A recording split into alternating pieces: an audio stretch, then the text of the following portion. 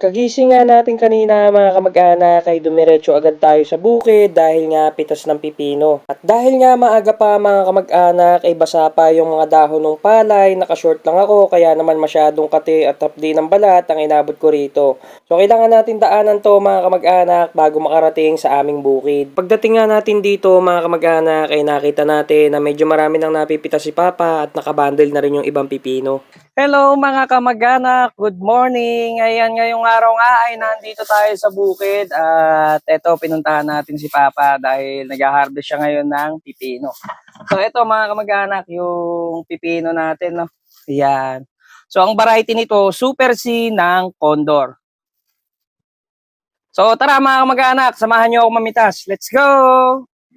Kagandahan sa variety na to mga kamag-anak, kada dahon ay naglalaglag siya ng bunga. So ayan o, makikita nyo. Ayan. Kada isang dahon, isang bunga ng isang bunga yung kanyang inilalaglag. Ayan. Hanggang sa makarating ka sa pinakataas. Ayan. Same sila hanggang dyan. So every 2 days natin siya ina-harvest mga kamag-anak. So ayan, pakita ko rin dito sa iba. So yung mga nasa baba niyan, mga kamag-anak, napitas na nung nakaraang harvest. So ito na yung mga susunod. At dahil nga mag-isa lang si Papang namimitas mga kamag-anak, tinulungan ko na siya habang siya ay nagbabandel.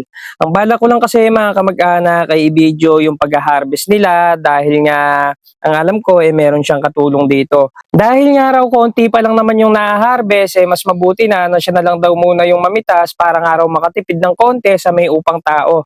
So pagka marami na lang daw napipitas, siya na lang daw mag-uupa. Bali ngayong araw nga mga kamag-anak ay pangatlong harvest pa lang nitong pipinuhan ni Papa. Nung unang harvest nga nito mga kamag-anak ay naka-4 na bundle lang siya or 40 kilos. Tapos yung sumunod doon mga kamag-anak, yung pangalawang harvest ay 17 bundle or 170 kilos. Medyo malaki nga yung naging puhunan nito mga kamag-anak dahil nga bago yung bugsok, bago yung tanse, bago yung alambre, tapos upang tao lahat yung pagtayo nung mismong balag niya. Mapapansin nyo nga rin dito mga kamag-anak na nakaupo lang ako ng nakaupo kapag ka pumipitas. Dahil nga bago pa siya mga kamag-anak, halos lahat ng bunga na pitasin ay nasa baba pa lang. Kumbaga mga kamag-anak, sobrang hirap kapag ka payuku-yuku ka kasi nga napakalakas makasakit ng balakang. Pero ganun pa man mga kamag-anak, nai-enjoy ko itong ginagawa ko dahil medyo matagal na tayong hindi nakakapag-harvest ng pipino. Dito nga mga kamag-anak, hindi pa ako kumakain kung kaya naman medyo nanlalata na ako at dahil nga medyo mainit na at hindi ako ready na ako yung mamimitas ngayon, wala man lang akong long sleeve tsaka jogging pants kaya naman sobrang kati sa balat mga kamag-anak at ang init-init pa tapos wala rin akong dalang panalukbong. Pagkatapos nga nating mamitas mga kamag-anak ay nakita ko si Papa na nagkakape at nagyoyosi break kaya naman mga kamag-anak yung natirang bandile na pinitas natin ay tayo na rin yung nagtuloy.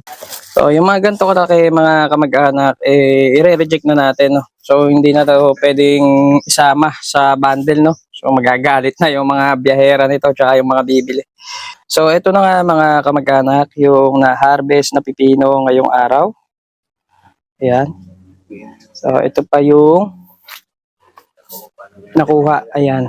Tapos siyempre bukod pa dito mga kamag-anak yung 6 na bundle, no? At kung kayo nga mga kamag-anak ay nakarating na sa part ng video na to at nagustuhan nyo yung ganitong klase ng mga video ay huwag nyo po kalimutang mag-follow para updated po kayo sa mga susunod pa nating mga i-upload.